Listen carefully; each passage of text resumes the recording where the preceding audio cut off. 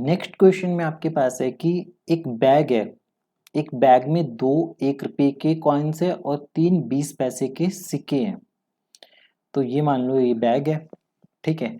इसमें 2 तो 1 रुपए के कॉइन्स हैं, 2 कॉइन्स 1 1 रुपए के हैं और 3 आपके पास 20 20 के सिक्के हैं, 3 सिक्के 20 20 पैसे के हैं।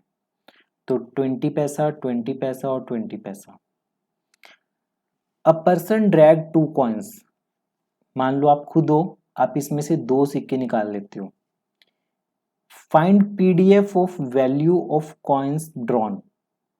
अब समझो इस चीज को, आपसे क्या पूछा जा रहा है, पीडीएफ, वैसे पीएमएफ लिखना चाहिए था उसे, वैल्यू ऑफ कॉइन्स ड्रॉन की कितनी वैल्यू हो सकती है। मान लो capital X denote the value of the coins drawn, 2 ही तो सिक्के ड्रॉ कर रहे हो, ठीक है। खुद से सोचो, बहुत इंटरेस्टिंग प्रॉब्लम है। कैपिटल एक्स किसके इक्वल हो गया, अमाउंट ड्रॉन के इक्वल हो गया, denote the value of the coins drawn, amount. एक ही चीज है कि या तो आपकी दोनों के दोनों सिक्के 1 1 रुपये के हो गए, तो कैपिटल एक्स की वैल्यू 2 हो सकती है, मतलब अमाउंट 2 रुपये हो सकते हैं कि दोनों के दोनों 1 और 1 रुपये का ही सिक्का हो गया।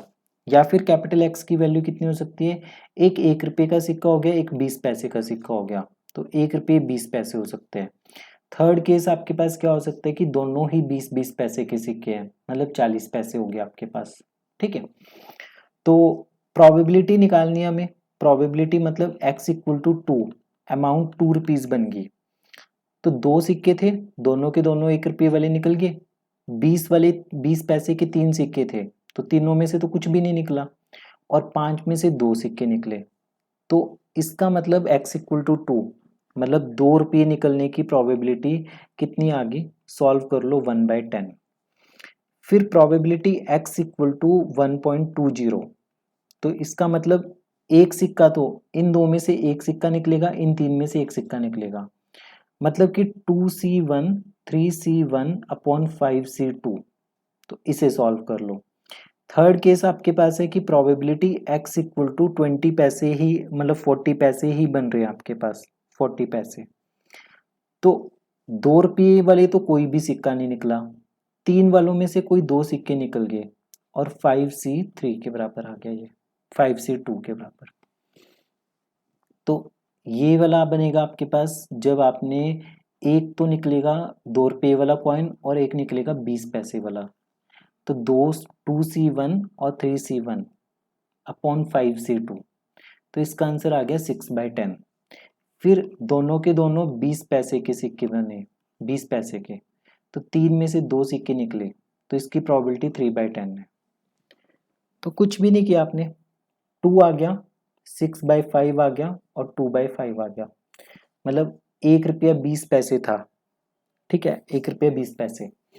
तो यहाँ पे 1 रुपया 20 पैसे आपके पास, और यहाँ पे आपके पास 0.40 पैसे है, 40 पैसे, तो 40/100 किया तो आपने लिखा 2/5, तो ये 2/5 है, ठीक है। ये 6/5 है, 1 रुपया 20 पैसे को आपने प्रॉपरली रुपीज में ही डिवाइड कर दिया, तो 6/5 आ गया, तो 6/5।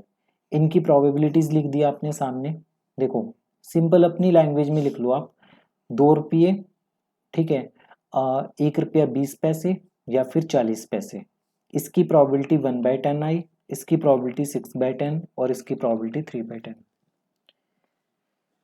क्वेश्चन बहुत इजी है ये वाला, पिछले क्वेश्चन के कंपेरेटिवली जिसमें हमने ये अमाउंट रिसीव वाला पार्ट किया था, इसके कंपेरेटिवली तो बहुत इजी क्वेश्चन है ये, पर समझ आना चाहिए आपको अच्छे से, ठीक है।